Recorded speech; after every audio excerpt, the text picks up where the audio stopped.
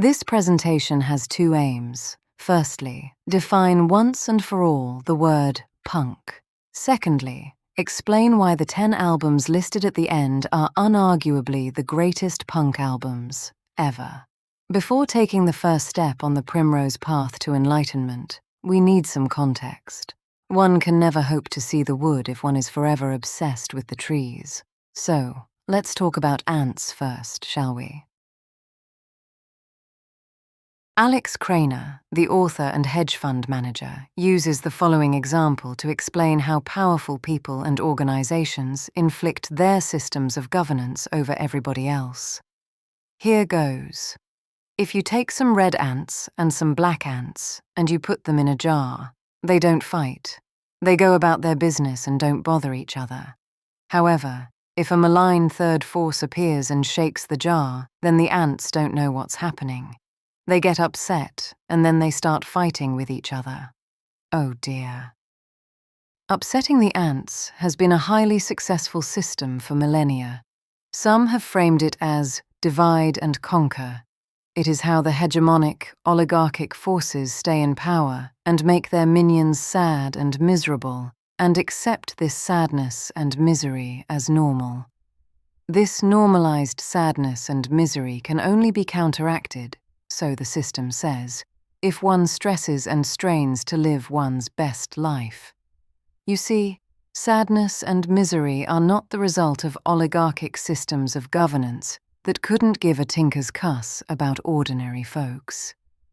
No, it is all inevitable, the result of the plebs' failures, despite the best intentions of the patricians, who you will find hanging out in resorts that the common folk can't find on a map, let alone get an invite to. Next, let's talk about that wonderful old board game, Monopoly. Monopoly is an enigma, is it not? It's funny to think that a game meant to teach us the evils of property hoarding ended up being the ultimate competition to see who can bankrupt their own family on a rainy Sunday. The point is that if life is like a game of Monopoly, it's not the other players that one should be keeping an eye on.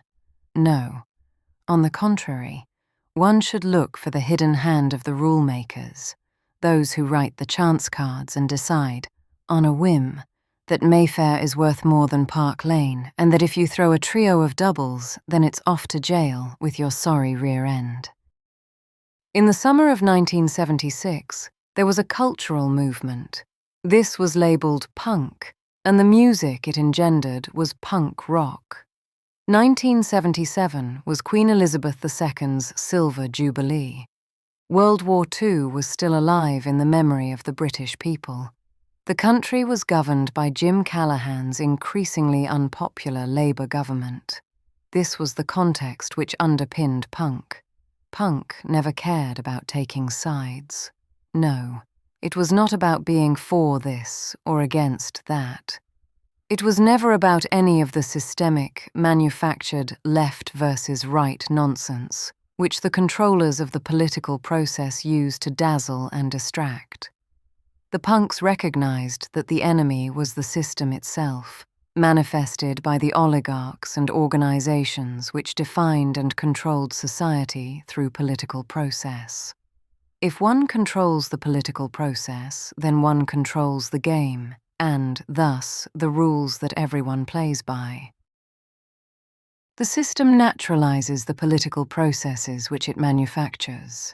Those who don't follow the rules are portrayed as ghastly souls who should never have a seat at the card table, or, heaven forfend, be invited round for a soirée. Voilà, le punk rock. There are two ways to define anything. The wrong way is to claim objectivity. There is nothing in the whole history of the Milky Way galaxy that can be defined objectively. People who think like this say things like, the reality of the matter is this, or the objective truth is that. One's definitions are subjective and based on one's unique and utterly subjective self. Although it should be admitted that not all definitions are equal in terms of usefulness. One ought to avoid mistaking as special that which is merely unique. Punk rock cannot be defined objectively. The title of this presentation may now seem like a trip up that primrose path. However, in its defense, I had to call this presentation something. Anyway, enough of this for now. Let's talk about our top 10 next. Defining the 10 greatest punk rock albums is a fool's errand, but needs must when the devil rides, as they say, so I have opted to use a timeline. Before the summer of 1976, there was music which had the essence of punk in it. Great musicians like Little Richard and the New York Dolls had this essence. One could label them as pre-punk. After 1977, there was music which had the essence of punk in it. Great musicians like Killing Joke and The Prodigy had that essence. One could label them as post-punk. For this presentation, we don't need to care about any of that. We are just focused on the point in time where punk rock ignited its tinder. Our timeline for this shall be the duration of 1977, the 25th anniversary of Queen Elizabeth II's reign over the British Empire. Queen Elizabeth, as John Lydon identified, was truly our figurehead, whilst not being what she seemed. Incidentally, Virginia Wade won Wimbledon that year. Did you know that?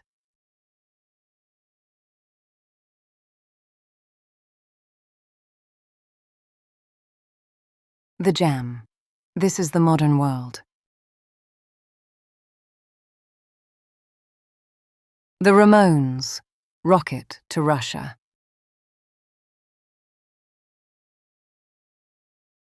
The Sex Pistols. Never mind the bollocks.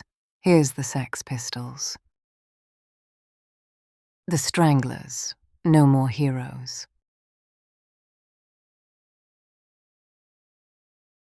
Motorhead's self-titled debut album. The Jam. In the City.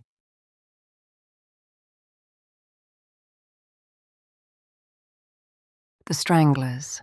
Rattus Norvegicus. The Clash's first album, which I refer to as 77. Damned, damned, damned by the damned. The Ramones. Leave Home.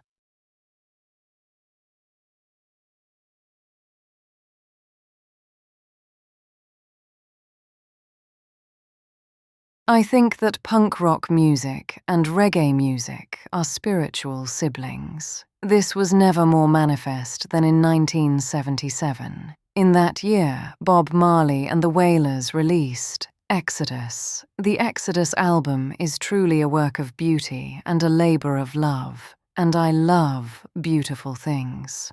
Do you?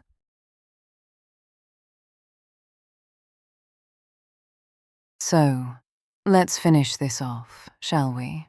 Punk rock did not defeat the system. It became part of the system.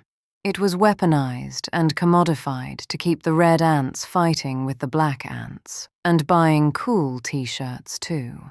Some recognized this.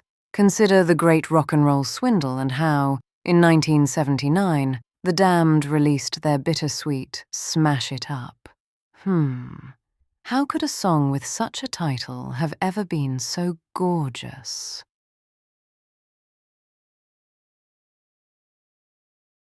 You have reached the end of this presentation. Well done. So now I shall bid you farewell, sweet viewer. Maybe our primrose paths will cross again sometime.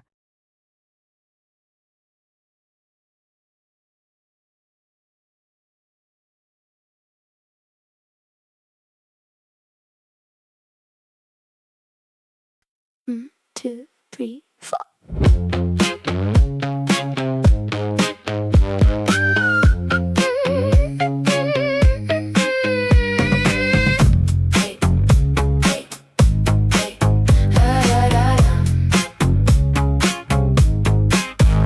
Paper crown bent at the seam. You sold the sky for a tin can dream. I got mud on my dress, dust on my hands, and your little parade in a bottle of sand. You smile like a knife in a gift card face, all gloss, all grit, all out of place. I hear your boots in the hallway dim, click clack, marching on a whim. Say it louder, say it clean. Who keeps paying for your machine? I see the cracks in a painted screen. We were never built to be that mean. Paper tiger parade, paper tiger parade. We bite back hard when the masks all fade. Paper tiger parade, paper tiger parade. We burn your flags and we dance in the ash.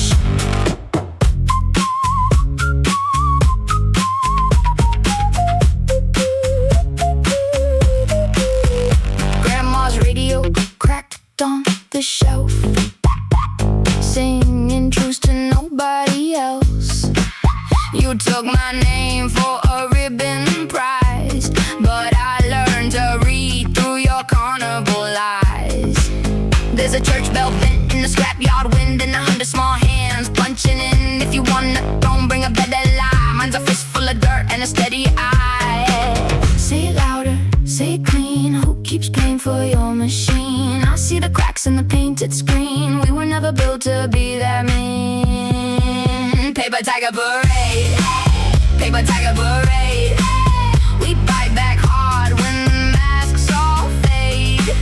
Paper tiger parade, paper tiger parade. We burn your flags and we dance in the ash.